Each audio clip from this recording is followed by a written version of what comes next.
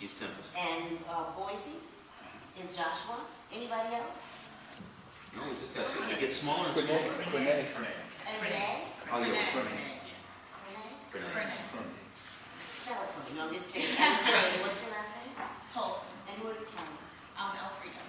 Well, all right then. Let's watch it. Back at Reno's bar and restaurant, the angel was once again waiting for Tempest. He's muttering to himself, preparing for the confrontation. He takes a sip of wine and then another. Tempest enters. He's in a somber mood himself.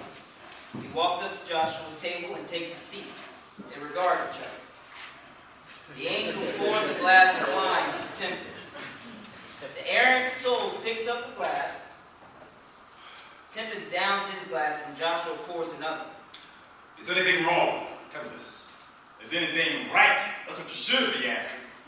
I've only been back a few months, but it feels like 10 years. A whole lifetime. My wife got a new man in the bed, and my kids don't even know me. It's been more than 3 years since you died. But I ain't dead. I'm flesh and bone, needs and desires, just like any other man. I love my kids, and now they call him Rick's Moldrew Daddy. Children need a father. I'm here, ain't I? I took an apartment in my old building, and I tried to talk to the kids a couple of times, but they run away from me. That's when Rick's Mold Group come down and said, stay away from Jamal and Kanisha, or he's going to call the police. On me, their father! Tempest finishes his wine and the angel pours him another. Here I am, dead to the world, still breathing. Then why do you insist on staying? There's a place waiting.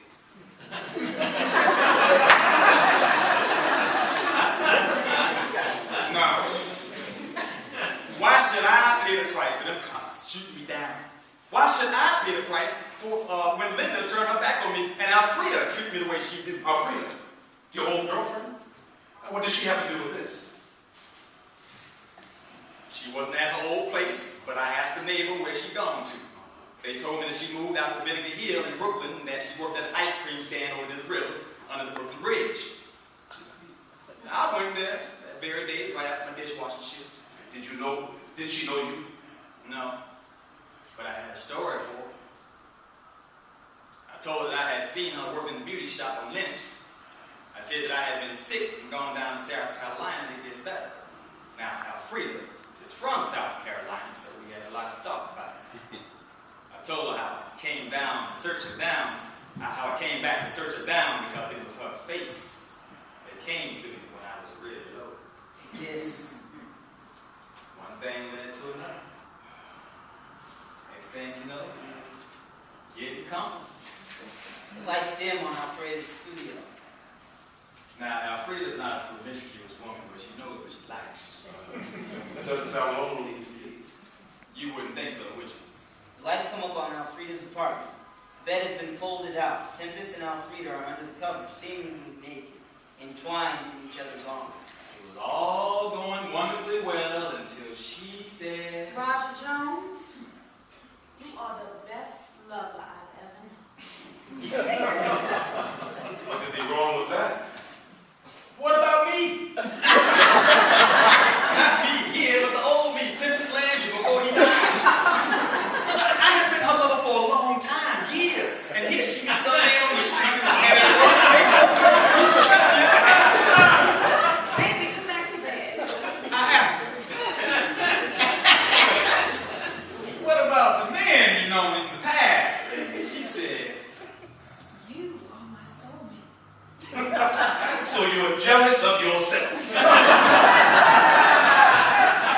my name never even came up in conversation. I guess that must feel real terrible. Tempest comes back to the table and the lights go down on Alfreda. You guess? Don't you know how it feels when a woman breaks your heart? There are no women in heaven. No men, for that matter. Angels are masculine, but sexless. So, you don't have no girlfriends, no marriage, no baby angels? Then how can you even think to pass judgment on adultery or coveting some neighbor's wife's ass? One does not have to commit murder to judge a murderer. No, but you got to know passion and rage. You got to know when a man gets pushed so far that he acts from his heart and not from sin. We study passion.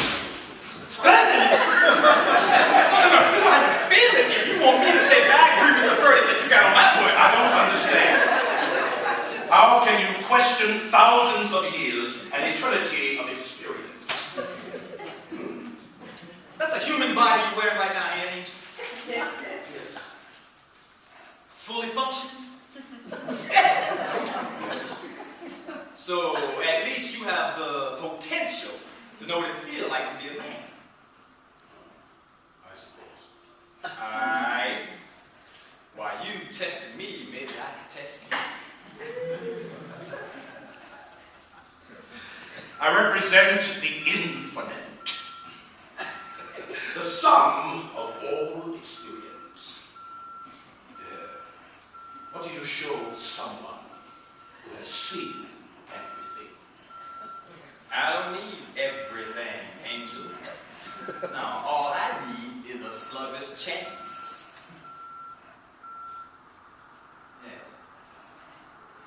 And I know just the thing, too. Time for me to go. Thank you, Angel. For what? I don't know exactly. But it feels like something good. Hey, too loud.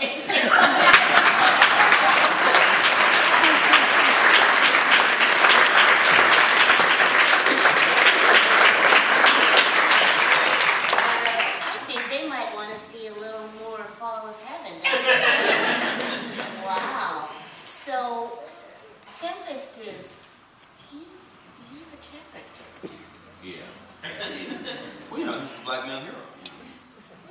He is, like trying to survive, trying to make it, trying to, live a life, and, one of the, when I started writing, when I wrote my first book, Gone Fishing, I sent it out to all those people, and they all sent it back to me. They said, "Look, writing's very good. We really like it." I said, "But it's not, it's not commercial." And it took a while to figure out what they meant. I finally figured out. What they thought was this: is white people don't read about black people. Black women don't like black men, and black men don't read. Black men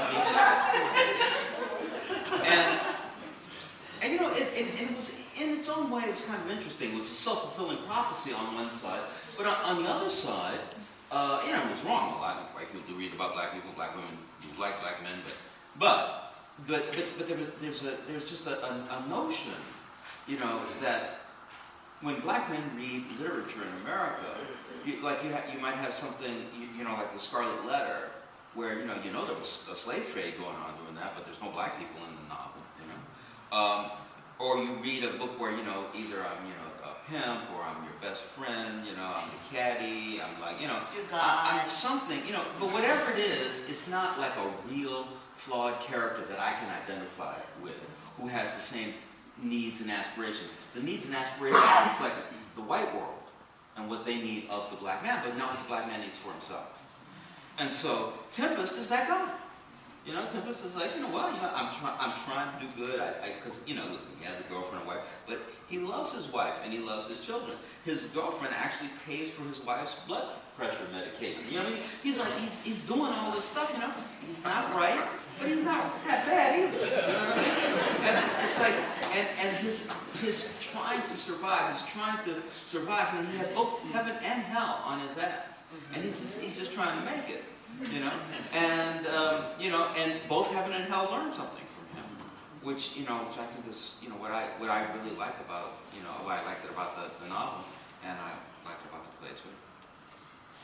It seems as though there's a